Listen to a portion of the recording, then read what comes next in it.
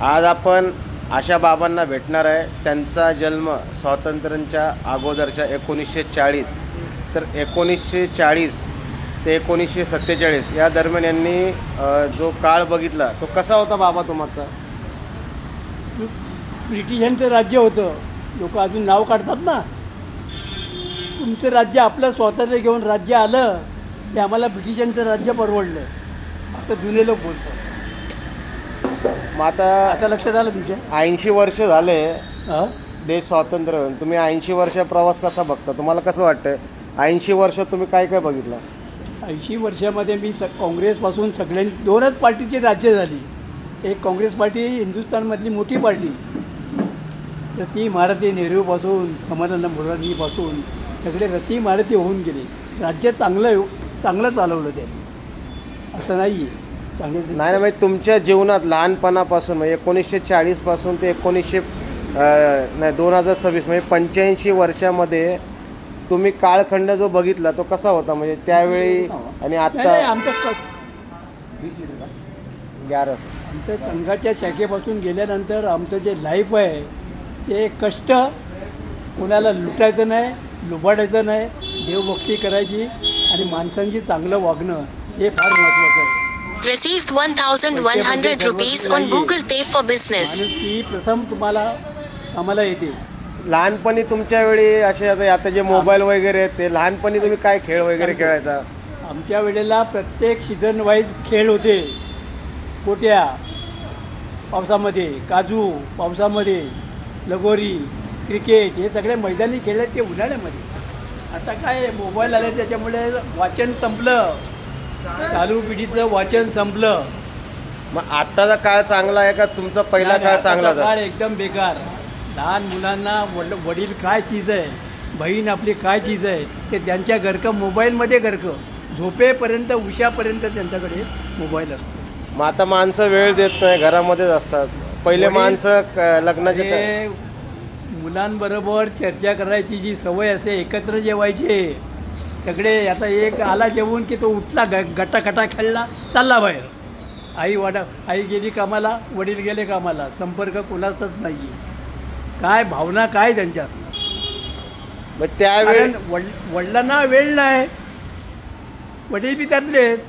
अरे तुम्ही मुलांबरोबर गप्पा करा, 1 तास आता रोज निवडून घ्या तुम्ही, की आपल्या फॅमिलीबरोबर आपण राहिलं पण पाहिजे. आता देश स्वातंत्र्य झाल्यापासून जे काय हे काय ते बोलतात, देश एवढा प्रगत झाला, अधोगतीत झाला. म्हणजे अधोगती बोलतात, एवढी देश प्रगती केली, एवढं सक्सेसफुल पुढे गेलेला आहे.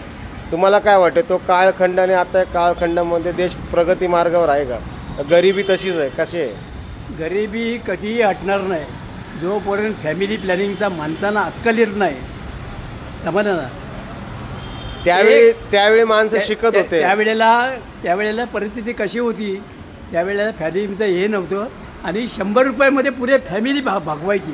कारण काय होतं, तुमचं खर्च कमी, नियोजन होतं. आता तसं नाही. आता सगळं काही शिक्षित लोक झाले. आता नियोजन, एक मूल झालं बस. पण इतर धर्मामध्ये नाही परवडतं ते, म्हणून एक सत्ता राजवट आली पाहिजे.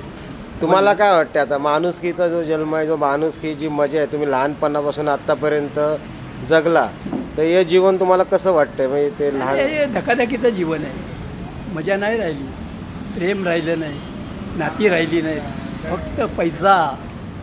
अलग लक्षात. मग त्या इंग्रजांचा काळ होता तोच तुम्हाला कसा अरे रिलेशन इतकं चांगलं होतं. नातू आजोबाला विचारायचा. आता कोण कोणाला विचारते?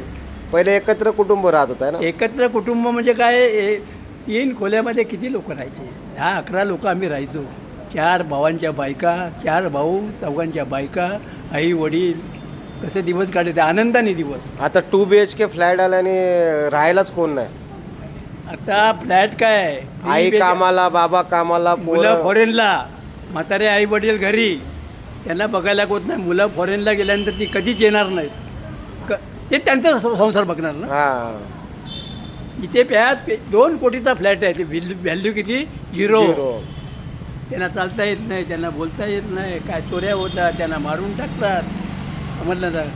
कारण हे पैसेवाले आहेत, घरात कोण नाही त्यांच्या, हे सगळे धाकधूक त्यांना असते.